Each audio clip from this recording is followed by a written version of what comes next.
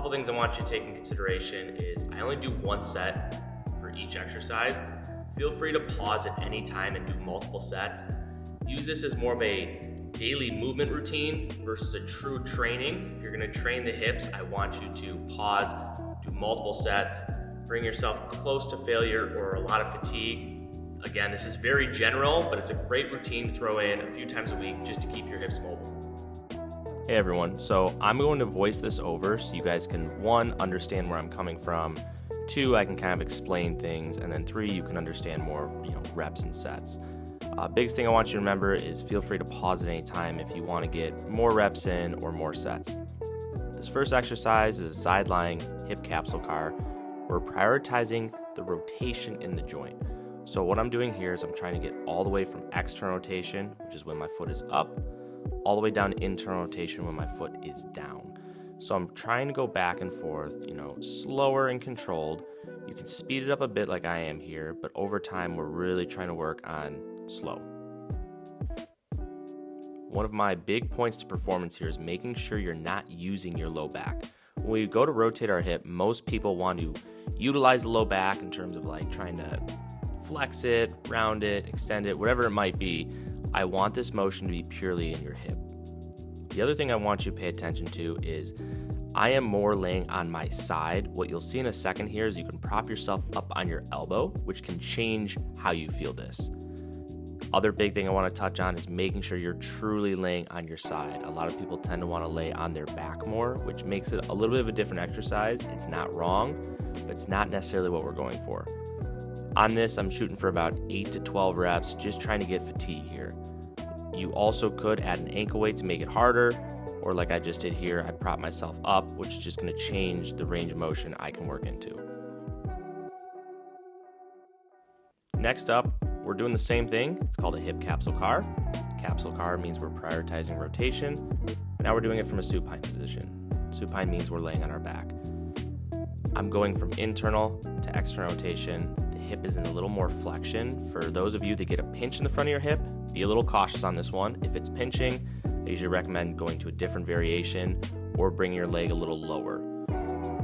When you rotate back and forth, I want you to think it's like you have a towel that you're wringing out. You're trying to squeeze to external and then squeeze back to internal rotation. Same thing applies here. Want about 8 to 12 reps. The way I count reps on capsule work is out and in, or internal plus external rotation equals a rep. It's not just 1, 2, 3, 4, 5, 6, 7, 8 back and forth. Spend your time here, go slow. Like I said, feel free to pause at any point if you want to do an extra set or two.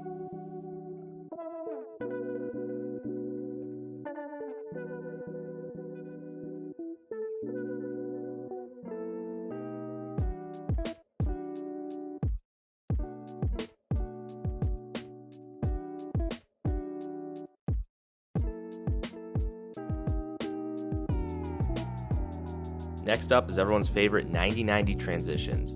So you hear a lot of people say, oh, I do hip mobility, I do 90-90s, and this is usually what they tell me. Now, the problem with that is there's a right way and a wrong way to do this. What you're going to notice is I'm going slow and controlled. I'm trying to drive the motion through my hips. Now, the low back will get involved a little bit here, but the goal is to open that back leg first, keep the knees forced apart, and then transition over. You might feel yourself kind of scoot up the more and more you do this. It means you're moving your feet a lot. To a point it's normal, but too much movement's not great. Your other option is to put your hands behind you. This is going to make it a little easier for those that can't sit up and just keep their hands in front. So this would be the regression. Once you get pretty good at it, you can bring your hands off the ground again and transition back and forth. You notice I'm trying to keep my knees pretty far apart throughout the reps, going slow, utilizing control through the hip and not just momentum. Reps here again, anywhere between 8 to 12 reps. Really just trying to get the hips moving. There's no hard set point on how many reps you have to do with this. But this is the way that I go through the progression system.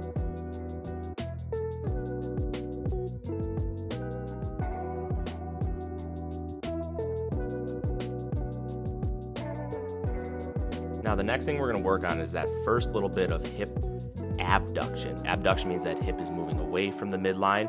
So all I'm working here is trying to pick my knee up off the ground, keeping my heel down, and working on opening through. One, the groin's gonna have to lengthen, and two, that outside the hip is gonna have to contract. So keeping the foot down, really try to open through. This is gonna help that initial transition of your 90-90s. Now, for those that really might struggle with this, you can do this first. There's really no wrong or right way in order for this. You can go your 90-90 transitions, then the openers, or you can do your openers, then the transitions. On this, I go about 10 reps per leg.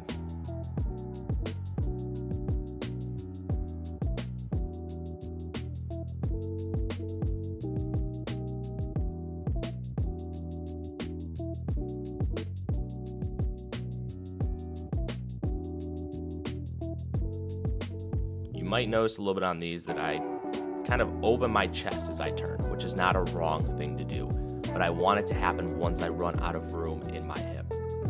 One more thing to note is if this pinches the front of the hip, I highly recommend probably not doing this. If I've spoke about it before, a pinch in the front of the hip usually means we're running out of space. Now there are some different considerations that you might have. An impingement, which can be a possibility, but I'd have you get that ruled out by a clinician. Biggest thing, if it's pinching, let's probably not push through that. Next up in our hip mobility routine will be external rotation lift offs. External rotation is when we're moving that foot across the front of our body. It seems kind of counterintuitive. Internal means we're kind of going out. External means we're going in. It's relative to the femur moving towards midline, not necessarily where the foot goes. So for this, I start myself usually on my elbows. It's a little bit of a harder position to be in. If you need to, regress it back and drop to laying on your side. This can make it a little bit easier. Now, when it comes to lift-offs, I'm not trying to go as high as I possibly can. The goal is just to get a really good contraction at end range. So if I propped myself onto my elbow or up onto my hands and I'm only moving an inch off the ground or a few millimeters, that's totally okay. Rep ranges on this, 8 to 12. Again, I want you to get some fatigue. We're not training it right now. This is just a movement, practice routine, just trying to understand how the hips move and get them to move just better.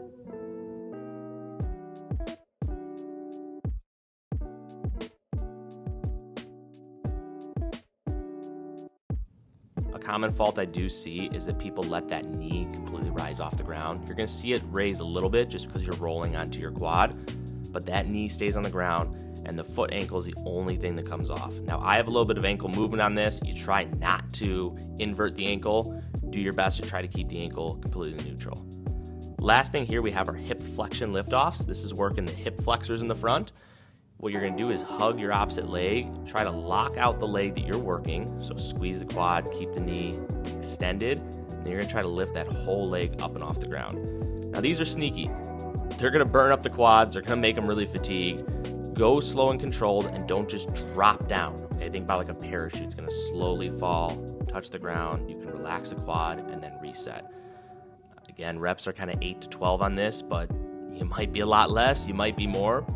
The more you lean forward, the harder it is. The more you lean back, the easier it'll be. So sometimes you can put hands, which I didn't show. Hands can go behind you. Here's a front view so you can just see not moving anything else in my upper body, my back. Only that leg is moving with the quad and knee locked out. The other thing you can do, this is one line of tension. You can bring your foot out more, which I'll show here in a second, is that's another line of hip flexion you can train. Now, I didn't get into hovers, which means we go up and over things, but this is bringing yourself out a little more and training there. Reps, 8 to 12.